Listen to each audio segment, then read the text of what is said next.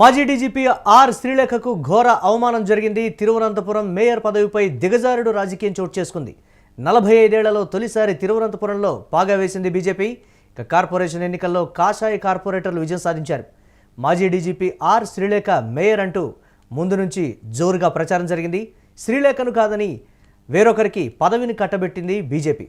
మేయర్గా వివి రాజేష్, డిప్యూటీ మేయర్గా ఆశానాథ్కు ఎన్నిక చేసింది. ఇక మహిళ అనే శ్రీలేఖను పక్కన పెట్టారంటూ కూడా విపక్షాలు తీవ్ర ఆరోపణలు చేస్తున్నటువంటి బ్రేకింగ్ న్యూస్ చూస్తున్నాం. దీనికి సంబంధించి మరిన్ని అప్డేట్స్ మా కరెస్పాండెంట్ వెంకట్ అందిస్తారు. వెంకట్, శ్రీలేఖ విషయంలో అసలు ఏం జరిగిందనేటువంటి మాట ఈ స్థాయిలో రాజకీయాలు చోటు చేసుకుంటాయా?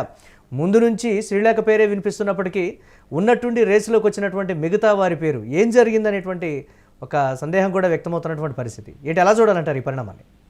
ఎస్ మురళి, గత కొంతకాలంగా కూడా ఈ తిరువనంతపురం రాజకీయాలు అంటే బీజేపీ ఎప్పుడైతే కేరళ మీద ఫోకస్ చేసిందో, సురేష్ గోపి కేంద్ర మంత్రి పదవి ఇవ్వటం, ఆయన ఎంపీగా గెలవటం, ఇవన్నీ కూడా కొంత సంచలనం అవుతూ వచ్చాయి. అయితే కొంత రాజకీయాలకు సంబంధించి అంటే కేరళ రాజకీయాలు కొంత డిఫరెంట్ గా ఉంటాయి. అంటే అక్కడ ఉన్నత విద్యావంతులు ఉండటం, అంటే నిరక్షరాస్యత తక్కువగా ఉండటంతో బీజేపీకి సంబంధించి కొంత అక్కడ రాజకీయం చేయలేకపోతుంది, బీజేపీ అక్కడ విస్తరించలేకపోతుంది అనే కామెంట్ అయితే ఎక్కువగా వినపడుతూ వచ్చింది. అయితే ఇప్పుడున్న పరిస్థితుల్లో కొంత పరిస్థితులు మారుతూ వచ్చాయి. బీజేపీ క్రమంగా అక్కడ బలం పెరుగుతోంది. ముఖ్యంగా హిందుత్వ ఓటు బ్యాంక్ ఏదైతే ఉందో అది బీజేపీ వైపు చూస్తోంది.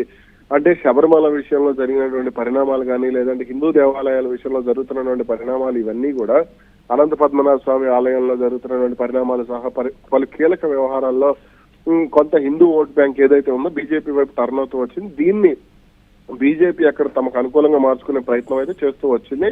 ఈ నేపథ్యంలోనే అక్కడ తిరువనంతపురం ఎంపీగా ఉన్నటువంటి కాంగ్రెస్ సీనియర్ నేత శశి థరూర్ను తమకు అనుకూలంగా మార్చుకోవడంలో బీజేపీ సక్సెస్ అయింది. కాంగ్రెస్ కు దూరం పెంచడంలో శశి థరూర్ ముందు నుంచి కూడా తిరువనంతపురంలో ఎంపీగా ఉన్నప్పటికీ కూడా ఆయనకు అక్కడ కాంగ్రెస్ స్థానిక నాయకత్వంతో కానీ వీళ్ళందరితో కూడా కొంత దూరం ఉంటుంది. అయితే గత కొంతకాలంగా బీజేపీ ఎప్పుడైతే కేరళ రాజకీయాలు ఎంటర్ అవ్వాలని ప్రయత్నం చేసిందో, సురేష్ గోపి, సినీ నటుడు సురేష్ గోపికి ఎప్పుడైతే ఆయన ఎంపీగా గెలిచిందో, కేంద్ర మంత్రి పదవి ఇచ్చిందో, అప్పటి నుంచి కూడా కొంత రాజకీయం అనేది కేరళలో ఆసక్తిని పెంచుతూ వచ్చింది. ఈ నేపథ్యంలోనే తిరువనంతపురానికి సంబంధించి తిరువనంతపురం కొడితే ఏదైతే రాజధాని ప్రాంతం ఉందో, అంటే తిరువనంతపురంతో పాటు కొచ్చిన్తో పాటు తిరువనంతపురాన్ని కూడా రాజధాని ప్రాంతంగా చూస్తూ ఉంటారు.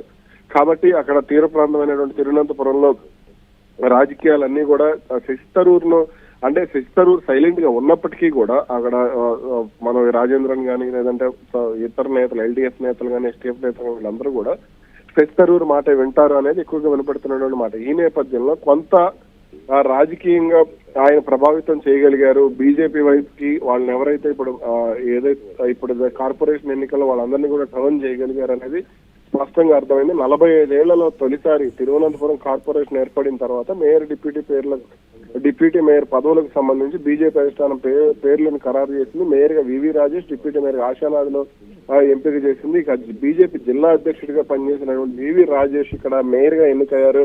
అలాగే ఆర్ శ్రీలేఖ పేరును అక్కడ ఏదైతే ఎల్డీఎఫ్ కు సంబంధించి అధికారికంగా ఎల్డీఎఫ్ ఇప్పుడు ప్రస్తుతం పినరాయి విజయన్ ముఖ్యమంత్రిగా ఉన్నప్పటికీ కూడా అక్కడ ఆయన ప్రతిపాదించినటువంటి పేరు స్వయంగా ఆర్ శ్రీలేఖ ఆయనకు మధ్య మంచి సంబంధం ఉంది. వాళ్ళిద్దరు సోదరమణిలాగా ఉంటూ ఉంటారు. అయినప్పటికీ కూడా శ్రీలేఖ అక్కడ విజయం సాధించలేకపోయారు.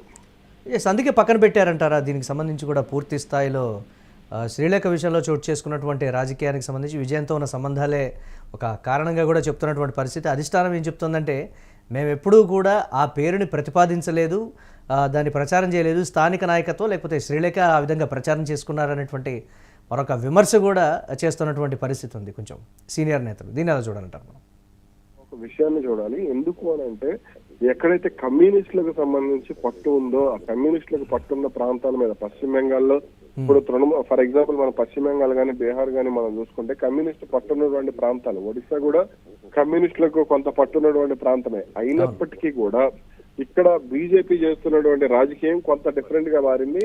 అంటే వాళ్ళని కమ్యూనిస్టులను పైకి రానియకూడదు, కమ్యూనిస్టులు ఎక్కడా కూడా కొంత ప్రభావం చూపకూడదు అనే వ్యూహంతోనే అడుగులు వేస్తుంది. ఈ నేపథ్యంలో కేరళలో కమ్యూనిస్టులను అడగదొక్కాలి, కమ్యూనిస్టులను ముందు కంట్రోల్ చేస్తే కాంగ్రెస్ పార్టీ కంట్రోల్ అవుతుంది, ఏదైతే ఈ అణగారిన వర్గాలను అంటే సాధారణంగా బీజేపీకి సంబంధించి అగ్ర కులాలు, అలాగే కాంగ్రెస్ కి సంబంధించి అణగారిన కులాలు, ఏదైతే రాజ్యాంగం సమయంలో జరిగినటువంటి రాజ్యాంగం రచించిన సమయంలో జరిగినటువంటి పరిణామాలతో ఈ అణగారిన వర్గాలన్నీ కూడా కొంత కాంగ్రెస్ కు అనుకూలంగానే, అగ్ర కులాలన్నీ కూడా ఈ బ్రాహ్మణ సామాజిక వర్గాలు కానీ లేదంటే బ్రాహ్మణ సామాజిక వర్గాలు ప్రభావితం చేసేటువంటి అగ్ర కులాలు ఇవన్నీ కూడా కొంత బీజేపీ వైపు అనుకూలంగా ఉన్నాయి. ఈ నేపథ్యంలోనే కేరళలో కొంత ఈ రాజకీయాన్ని తిప్పటంలో అంటే కేరళలో కమ్యూనిస్టుల ప్రభావం ఎక్కువగా ఉంటుంది, అంటే క్రైస్తవ ప్రభావం ఎక్కువగా ఉంటుంది కాబట్టి కమ్యూనిస్టుల ప్రభావం ఎక్కువగా ఉంటుంది. కాబట్టి కొంత దీన్ని మరల్చడంలో బీజేపీ సక్సెస్ అవుతూ వస్తుంది. అందుకనే ఇక్కడ పినరయ్ విజయన్ ను కంట్రోల్ చేయాలి అని అంటే కమ్యూనిస్టులను కంట్రోల్ చేయాలి.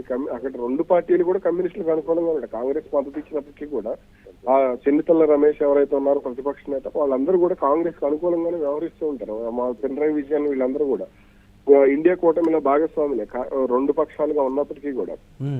దీంతోనే బీజేపీ ఇక్కడ చాలా జాగ్రత్తగా రాజకీయం చేస్తూ వస్తుంది. మరి భవిష్యత్తులో త్వరలో వచ్చే ఏడాది జరగబోయేటువంటి ఎన్నికల్లో ఎటువంటి ప్రభావం చూపిస్తుంది బీజేపీ, అవి ఎలా అనేది చూడాలి.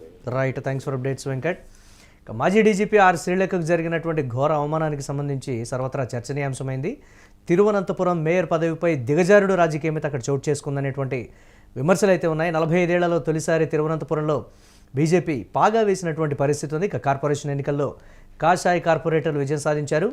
మాజీ డీజీపీ ఆర్ శ్రీలేఖ మేయర్ అంటూ ముందు నుంచి కూడా జోరుగా ప్రచారం జరిగింది. అందుకే ఆ స్థాయి ఓటు బ్యాంక్ వచ్చిందనేటువంటి మాట కూడా చెప్తోంది స్థానిక నాయకత్వం. ఇక శ్రీలేఖను కాదని వేరొకరికి పదవిని కట్టబెట్టింది బీజేపీ అధిష్టానం. మేయర్గా వివి రాజేష్, డిప్యూటీ మేయర్గా ఆశానాథ్ ఎన్నికైతే చోటు చేసుకుంది. మహిళ అనేటువంటి కారణంగానే శ్రీలేఖను పక్కన పెట్టారంటూ కూడా విపక్షాలు తీవ్రమైనటువంటి ఆరోపణలు చేస్తున్నటువంటి బ్రేకింగ్ న్యూస్ చూస్తున్నాం.